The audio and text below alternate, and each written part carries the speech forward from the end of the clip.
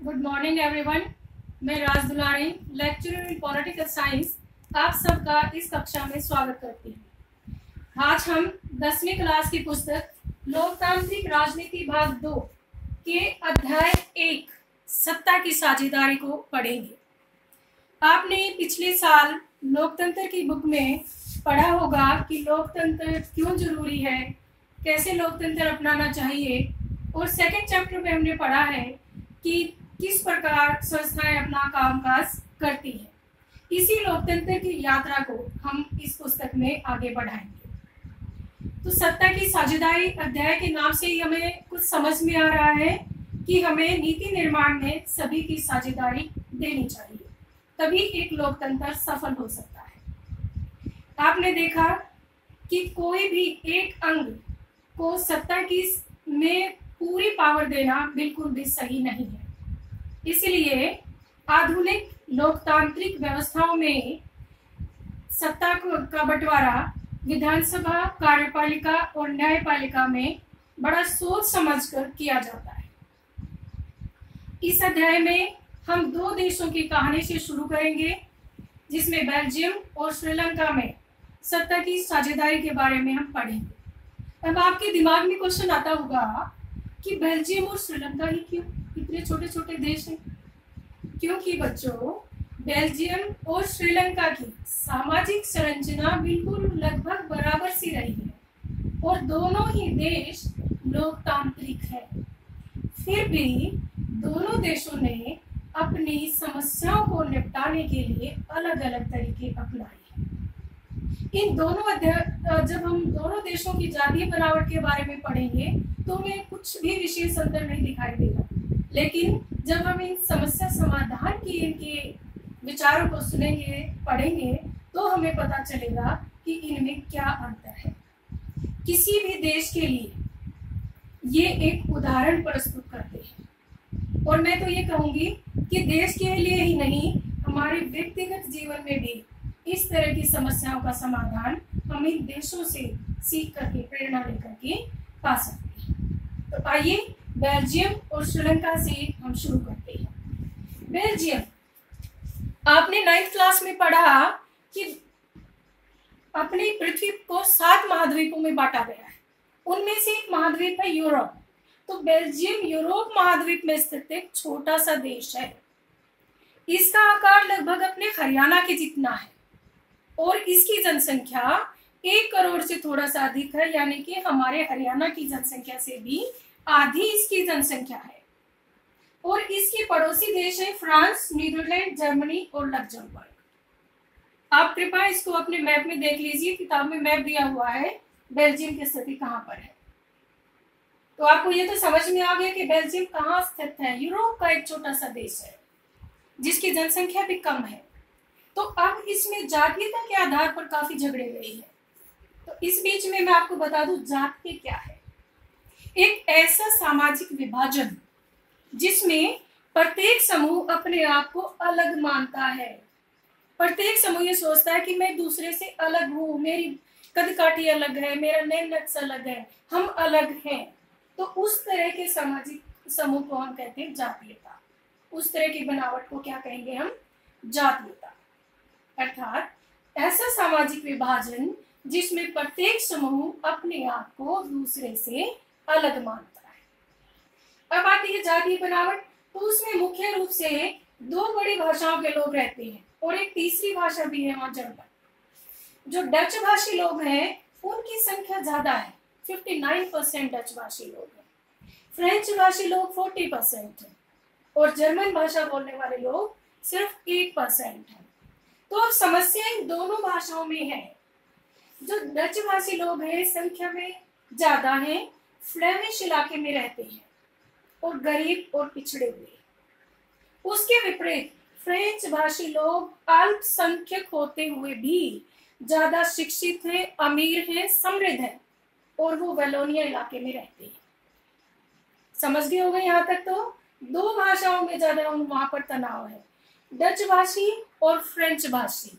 Dutch 59% बहुसंख्या में है, French भाषी 40% अल्पसंख्यक है, डच से कम लोग हैं वो। लेकिन अगर हम उनके बारे में सोचें तो जो फ्रेंच भाषी हैं वो अमीर हैं, शिक्षित हैं, समृद्ध हैं, जबकि डच भाषी गरीब और पिछड़े हुए हैं। अब समस्या का यहीं से शुरू होती है, गरीबी और पिछड़ेपन और अमीरी से।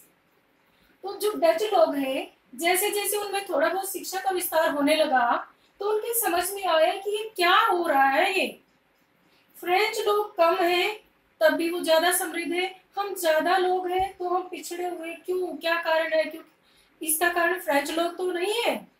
तो दूसरी उदाहरण हमें फिर और ज्यादा ये शक उनको पक्का हो गया जब उन्होंने देखा कि बेल्जियम की राजधानी ब्रुसेल्स, जो कि यूरोपीय संघ का मुख्यालय भी है, वहां पर फ्रेंच लोग 80% है और डच लोग 20% है। सारी नीतियां तो राजधानी से बनती हैं। तो अब इन लोगों के मन में शक और गहरा गया कि जो ये फ्रेंच लोग हैं ये राजधानी में बैठे हुए हैं, वहीं पर अपने बच्चों को अच्छे से शिक्षित भी करते हैं, अपने फेवर में नीतियां भी बनाते हैं, और ये हमारे लिए बिल्कुल भी हक में नहीं है। और 1950 और 1960 के दशक में ये तनाव बहुत ज्यादा बढ़ गया।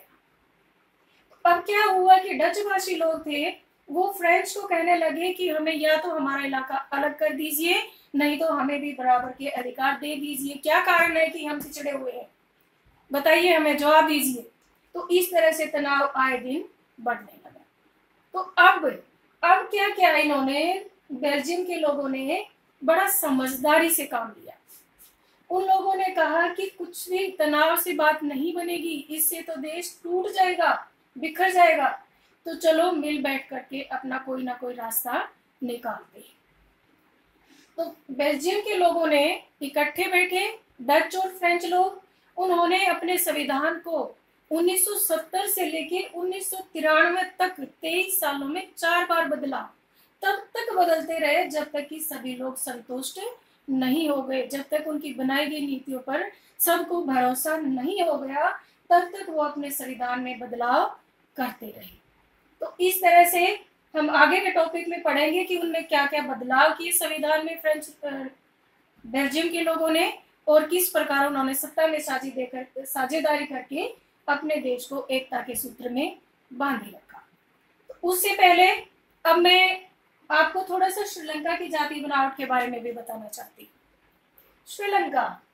श्रीलंका एक छोटा सा देश है जो भारत के दक्षिण में स्थित है। आपने देखा होगा भारत का मैप आता है तो उसके नीचे छोटा सा एक देश है श्रीलंका।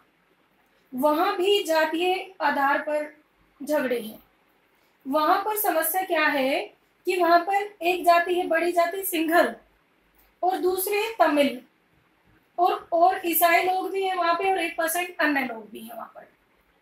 तो जो सिंघल लोग हैं वो 74% है, और जो तमिल लोग हैं वो 18%।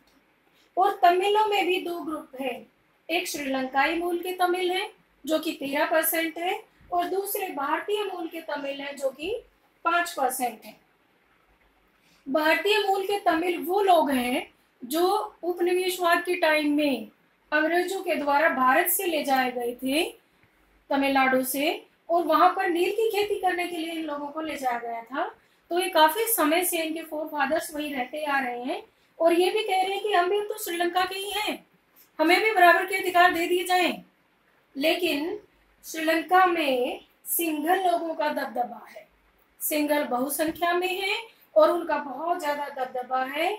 और सिंघल और तमिल में बहुत ज्यादा तनाव तब बढ़ा जब 1956 में श्रीलंका की सरकार ने अपने संविधान में कुछ नए नियम बनाए। वो 1956 के नियम क्या थे? उन नियमों के तहत सिंगली भाषा को राष्ट्रभाषा का दर्जा दिया गया, तमिल को दरकिनार कर दिया गया। दूसरी बात, सिंघल लोग जो बौद्ध धर्म को मानते हैं, बौद्ध धर्म को ही वहां का राजकीय धर्म भी बना दिया गया। और तीसरी बात, जो तमिल लोग इल्जाम लगाते हैं, कहते हैं कि जितने भी विश्वविद्यालय, शिक्षण संस्थान है, जो बड़े बड़े सरकारी पद हैं, वो भी सिंघलियों के लिए हैं, तमिल लोगों को वहां भी नहीं जाने दिया जा रहा। तो इस तरह से दोनों ही भाषा के लोगों में काफी तनाव हो गया, और तमिलों ने में ये तनाव बहुत ज्यादा उग्र हो गया, लेकिन सिंघल लोगों ने इनकी एक नहीं सुनी और इस तरह से तमिल लोगों ने अपना एक संगठन भी बना लिया जिसे हम कहते हैं LTTE। तमिल लोगों का एक संगठन है LTTE, liberation of Tamil tiger इलम। लिबरेशन ऑफ तमिल टाइगर इलम, ये उग्र संगठन है और ये आए दिन वहां पर गृह युद्ध की चपेट में है अभी श्रीलंका, क्योंकि श्रीलंका ने बेल्जियम की तरह अपनी जो सत्ता का बंटवारा नहीं किया है, तो श्रीलंका आज भी गृह युद्ध से जूझ रहा है। तो इस तरह से हमने दोनों देशों की जातीय बनावट के बारे में पढ़ा। ओके, आई थिंक आपको समझ आ गया होगा यहाँ तक।